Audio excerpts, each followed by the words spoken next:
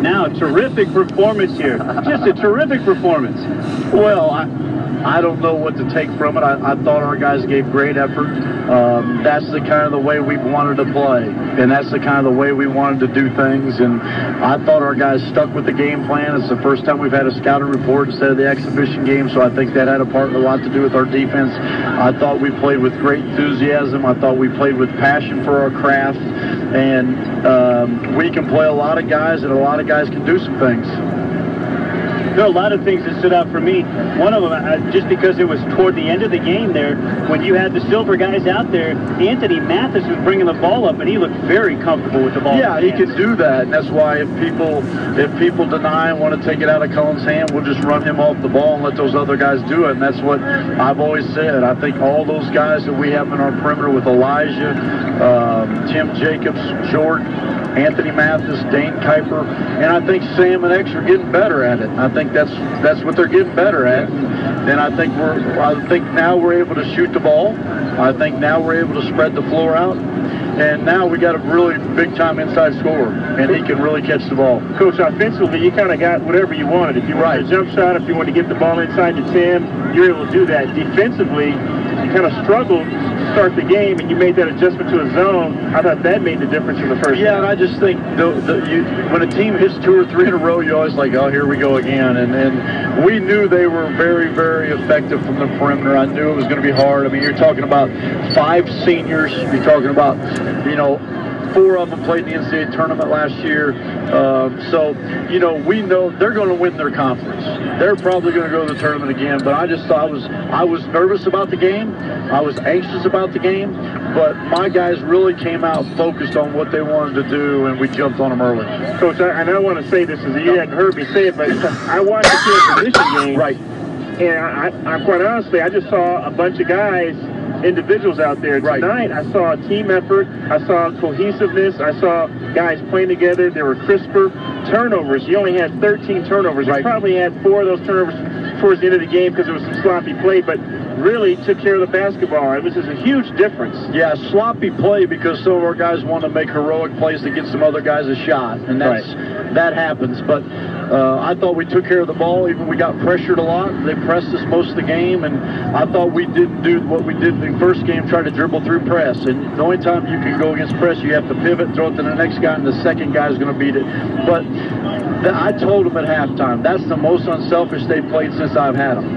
And if they do that, now I've kind of deputized some leaders, and I think they really stepped up and did that. And I think we're kind of focused on what we're doing, and they got a chance to be really good. Now, this is not indicative of what we're going to go through, but we got a long way to go, but it was a good start. I'm guessing that one of those leaders that you deputized is Elijah Brown, and you told us that he was an all-court, all-floor guy, not just a shooter. Yeah. 6 assists, he showed it tonight. Yeah, he can play, and the thing is he's learned, and I got to give his dad credit. His dad's an NBA coach. We've known each other for a long time. We came up in the league together working when I was with Toronto, he was with Denver, and then we've known each other.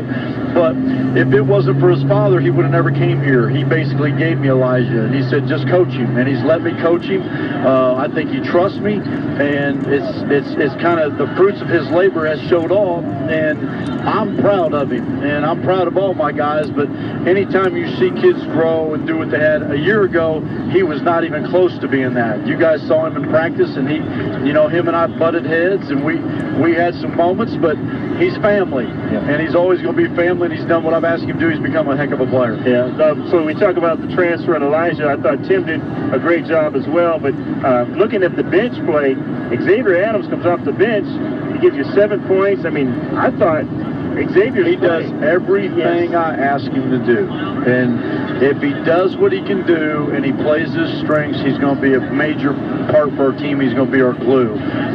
Last year, he came in, he'd shoot the first time he touched it. Today, he didn't do that. And then what happens is he gets in a flow, makes a great drive, makes a couple good passes, and then he gets an open 3 in the second half, and he knocks it down. He doesn't take his first ones a 3, and he's learned. And one thing I like about him, he doesn't do anything. He does exactly what I ask him to do. It doesn't matter how many we're up. I mean, and our guys got to learn that. We play a certain way, and my expectations are that way.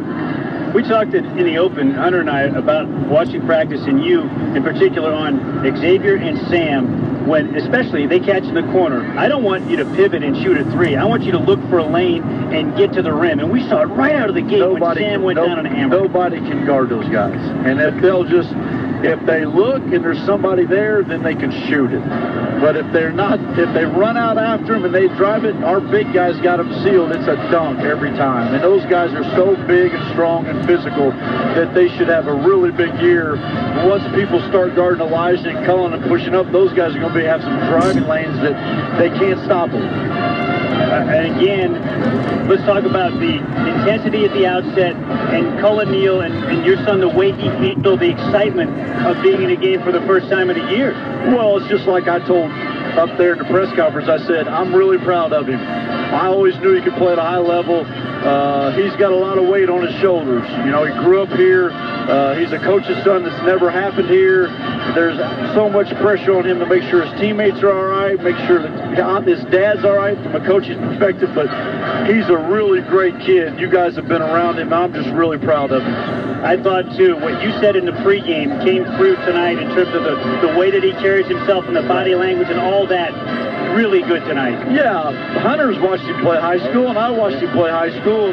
He's an emotional time bomb, and that's because he loves it, and he wants to be good. But I think he's really, really matured, but I think his strength, I think he's matured as a person, and I think, to be honest with you, he wants to do whatever he can do to help us win, and it's important to him. It's important. That's why he plays here. That's why he plays for me, and that's why he wants to be here. And that says a lot about a kid like him.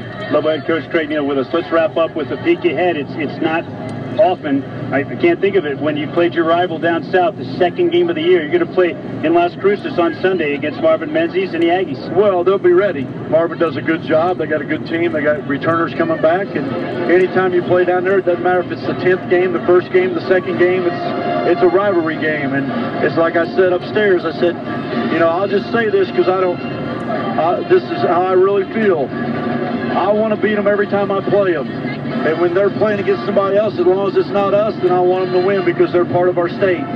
But when I play them, I want to beat them. And I respect them. I understand what this state stands for. We got two schools here, and they've all been successful, and that's just the way it is, and we're looking forward to the game. Coach Neal, congratulations. Oh, thanks, guys. He's an opening win. Appreciate it. All right, good luck. See it. Global basketball coach Craig Neal, your Delta Dental coach's comments brought to you by Delta Dental of New Mexico. Almost 400,000 New Mexico